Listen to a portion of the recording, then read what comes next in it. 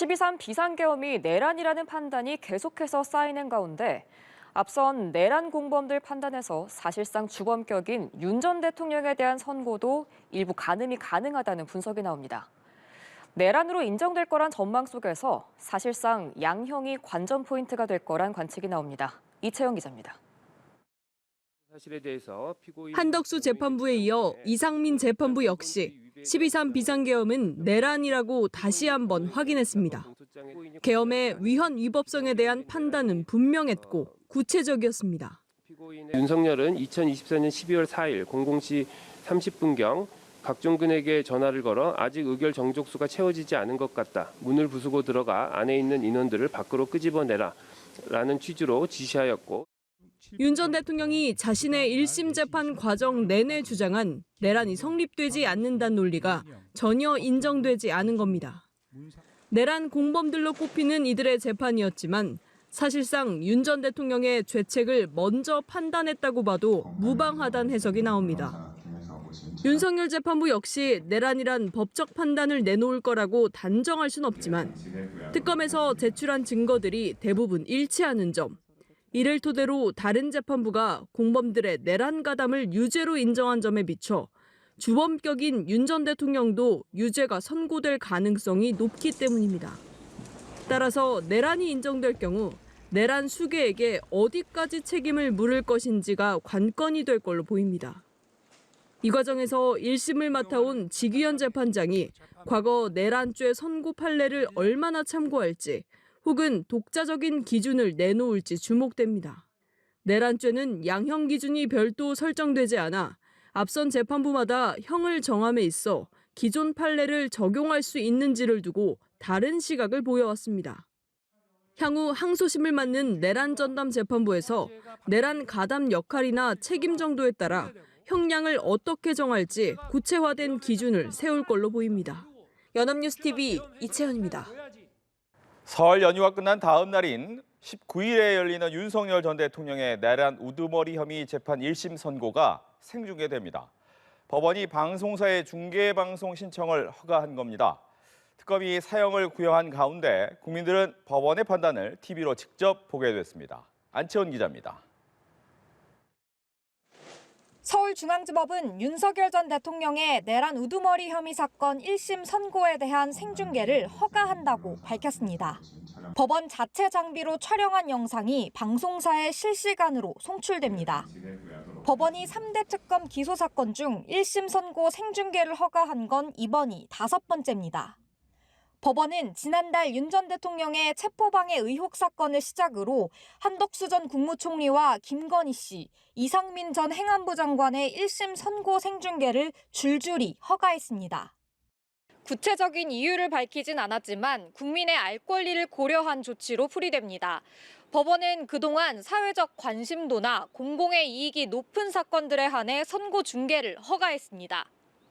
윤 전 대통령에 대한 1심 선고 공판은 오는 19일 오후 3시부터 열리는데 재판장인 지규현 부장판사가 선고문을 직접 낭독합니다. 혐의별로 유무죄 판단과 그 이유를 설명하고 결론에 해당하는 주문은 맨 마지막에 읽습니다. 이 사건의 결론에 대해서 재판부는 오직 헌법과 법률 그리고 증거에 따라서 판단하도록 하겠습니다. 앞서 내란특검은 지난달 결심 공판에서 12.3 비상계엄을 중대한 헌법 파괴 사건이라며 윤 전 대통령에게 법정 최고형인 사형을 구형했습니다.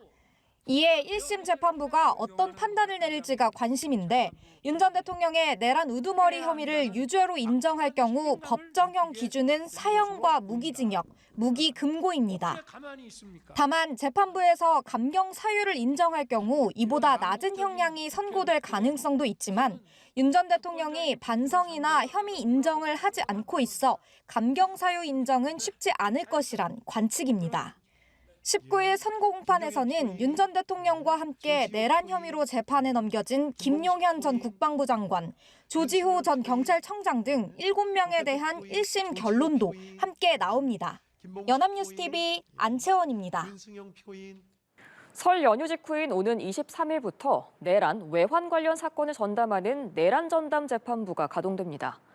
윤석열 전 대통령과 한덕수 전 국무총리 사건 2심을 어떤 재판부가 맡게 될지 주목되는데요.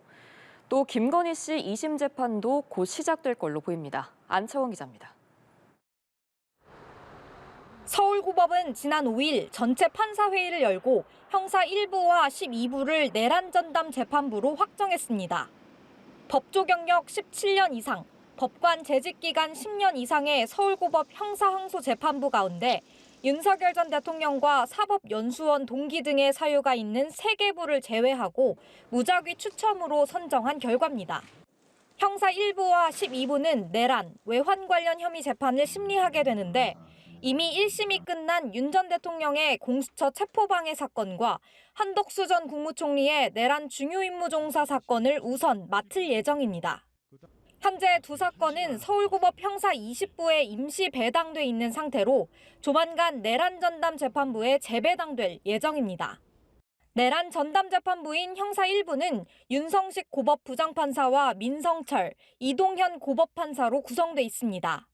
재판장은 윤 고법 부장판사가 맡는데 이재명 정부 첫 대법관 후보군에 포함됐던 4명 가운데 1명입니다. 형사 12부는 이승철, 조진구, 김미나 고법판사로 이뤄졌습니다. 이 재판부는 대등 재판부라 3명의 판사 중 사건마다 무작위 배정으로 재판장이 정해집니다. 서울고법이 내란 전담 재판부에 대한 사건 배당을 마무리하면 해당 재판부는 신속하게 윤 전 대통령과 한 전 총리의 첫 기일을 지정하고 본격 심리에 나설 것으로 보입니다. 설 연휴 직후인 19일에는 윤 전 대통령의 내란 우두머리 혐의 1심 선고가 예정돼 있는데 항소로 이어질 경우 이 사건도 내란 전담 재판부에 배정될 전망입니다.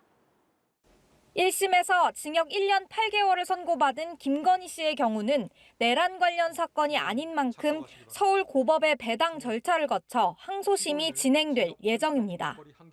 특검법상 특검 기소 사건의 2심 판결 선고는 1심 선고일로부터 3개월 이내에 해야 합니다. 연합뉴스TV 안채원입니다. 내란에 가담한 혐의로 재판을 받아온 이상민 전 행안장관이 1심에서 징역 7년을 선고받았습니다. 재판부는 핵심 혐의인 언론사 단전 단수 지시가 담긴 문건이 존재하고 이 전 장관이 지시를 이행함으로써 내란에 가담했다고 판단했습니다. 대통령실 CCTV가 결정적 증거가 됐습니다. 이채연 기자입니다. 주문, 피고인을 징역 7년에 처한다. 내란 중요임무 종사 혐의로 재판에 넘겨진 이상민 전 장관에게 1심 재판부가 유죄 판단을 내렸습니다. 비상계엄과 관련해 재판에 넘겨진 국무위원 중 한덕수 전 총리에 이어 두 번째 실형 선고입니다. 재판부 판단은 한 전 총리 1심과 크게 다르지 않았습니다. 계엄을 내란으로 재차 못 박은 건 물론 이 전 장관의 내란 중요임무 종사 혐의와 위증죄 일부를 유죄로 인정하며 죄책이 결코 가볍지 않다고 했습니다. 내란 행위를 적극적으로 만료했다고 볼 만한 자료는 없고 오히려 이후 내란 행위의 진실을 밝히고 그에 합당한 책임을 지기는커녕 진실을 은폐하고 책임에서 벗어나고자 위증까지 하였다는 점에서 피고인에 대한 비난 가능성은 더욱 크다. 내란 가담 혐의의 핵심인 언론사 단전 단수 지시가 유죄로 인정된 데엔 계엄 당일 행적이 고스란히 찍힌 대통령실 CCTV가 결정적이었습니다. 수차례 문건을 꺼내 확인하고 한 전 총리와 마지막까지나마 11분간 문건을 보여주며 대화하는 모습이 담긴 바로 그 영상입니다.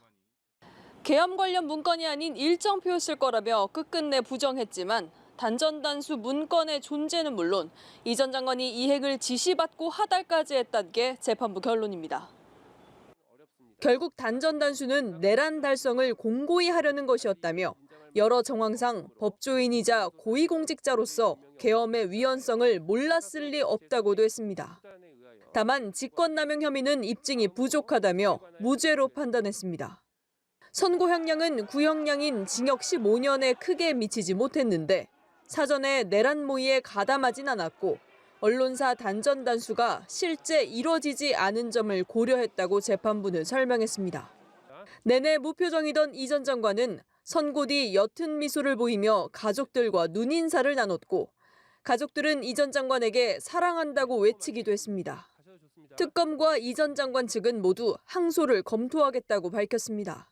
연합뉴스TV 이채연입니다. 한덕수 전 총리 재판부에 이어 이상민 전 장관 1심 재판부도 12.3 비상계엄은 내란이라고 인정했습니다. 이어질 윤석열 전 대통령의 내란 우두머리 혐의 선고는 물론 계엄 가담 혐의를 받는 국무위원 재판에도 영향을 미칠 것으로 보입니다. 이동훈 기자입니다. 법원은 12.3 비상계엄이 내란이란 점을 다시 한번 확인했습니다. 이상민 전 장관 1심 재판부는 비상계엄 당시 군과 경찰을 투입해 국회 봉쇄를 시도하고 선관위를 장악하려던 과정을 상세히 짚으며 계엄이 내란에 해당한다고 못 박았습니다. 지난달 한덕수 전 국무총리 사건 1심 재판부와 같은 판단을 한 겁니다. 당시 재판장은 선고문을 읽으며 12.3 내란이라고 지칭한 바 있는데 이상민 전 장관 재판부는 윤석열 전 대통령과 김용현 전 국방부 장관을 내란 집단이라고 지칭했습니다. 윤석열, 김용현 등은 국헌을 문란하게 할 목적으로 다수인이 결합하여 유영력을 행사하고 해악을 고지함으로써 한 지방의 평온을 해할 정도의 위력이 있는 폭동, 즉 내란 행위를 일으켰다고 판단된다.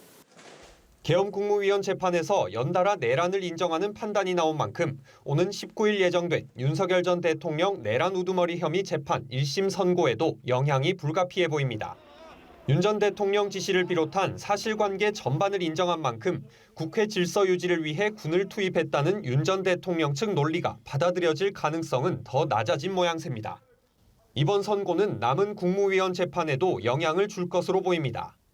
재판부가 이 전 장관이 계엄의 국헌문란 목적을 명확히 몰랐다 하더라도 문제가 될 수 있는 가능성인 미필적 인식만으로도 죄가 된다고 봤기 때문입니다.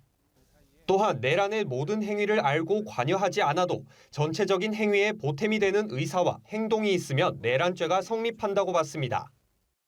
구체적으로 인식하거나 관여할 필요는 없고 전체적으로 내란의 각자가 가공하는 의사를 가지고 이에 기여한 바가 있는 이상 내란죄의 죄책을 질 수밖에 없습니다.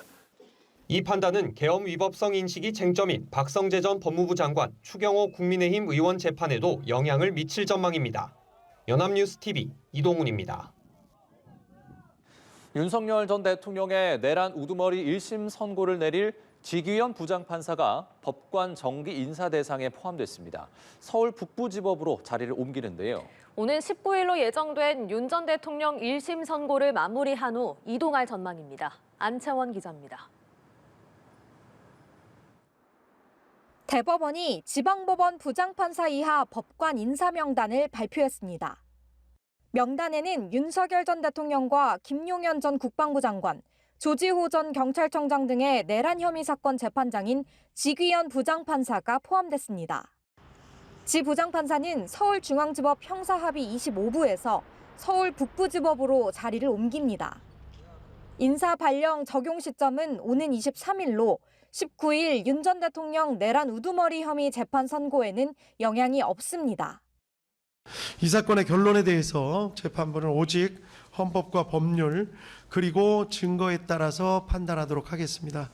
판결 선고일은 2월 19일 목요일 15시에 이 법정에서 합니다. 윤 전 대통령 사건을 마무리 지은 직후 자리를 이동하는 것입니다. 통상 서울중앙지법 형사합의부에서 2년을 근무하는데 지 부장판사는 윤 전 대통령 재판을 맡으며 3년간 근무했습니다. 3대 특검 관련 중요 사건을 맡은 다른 재판장들은 대부분 중앙지법에 잔류합니다. 김건희 씨에게 징역 1년 8개월을 선고한 우인성 부장판사는 중앙지법에 남는데 우 부장판사는 윤 전 대통령의 수사 외압 의혹 사건과 김 씨의 통일교 국민의힘 집단 입당 의혹 사건도 담당하고 있습니다. 한덕수 전 국무총리 내란 사건 1심에서 징역 23년을 선고한 이진관 부장판사와 윤 전 대통령의 체포방해 의혹 사건 1심에서 징역 5년을 선고한 백대현 부장판사도 중앙지법에 잔류합니다. 다만 향후 법원 내 사무분담 조정에 따라 담당 재판부가 바뀔 가능성은 있습니다.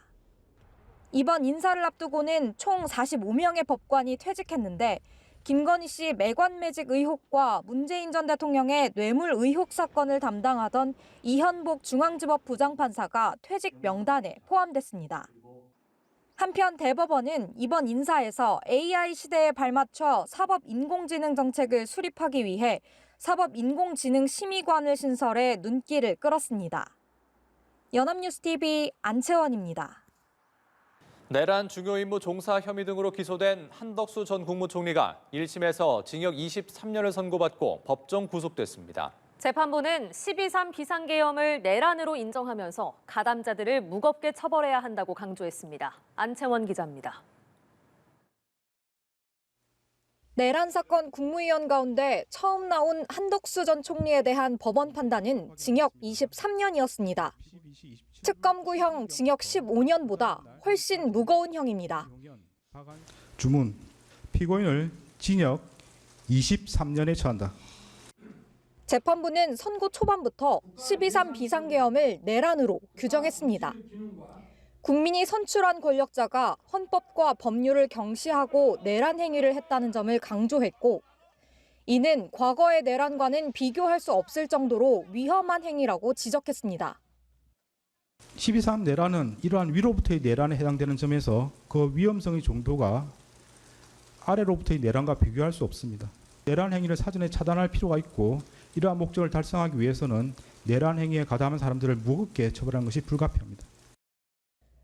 특검이 기소한 한 전 총리 혐의 대부분은 유죄가 나왔습니다.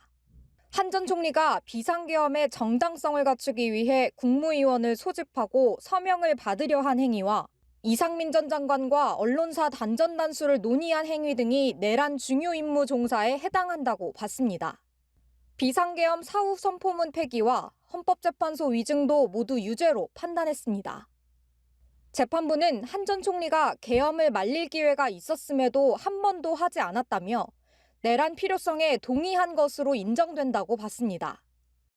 12.3 내란이 성공할지도 모른다는 생각에 이러한 의무와 책임을 끝내 외면하고 오히려 그 일원으로서 가담하기로 선택하였습니다.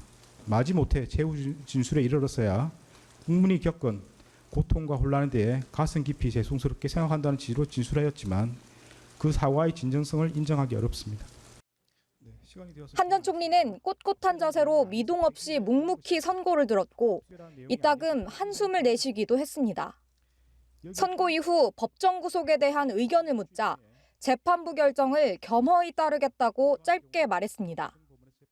선고가 끝난 뒤 재판부는 증거인멸을 우려해 법정 구속을 결정했고 한 전 총리는 서울구치소에 수감됐습니다. 연합뉴스TV 안채원입니다.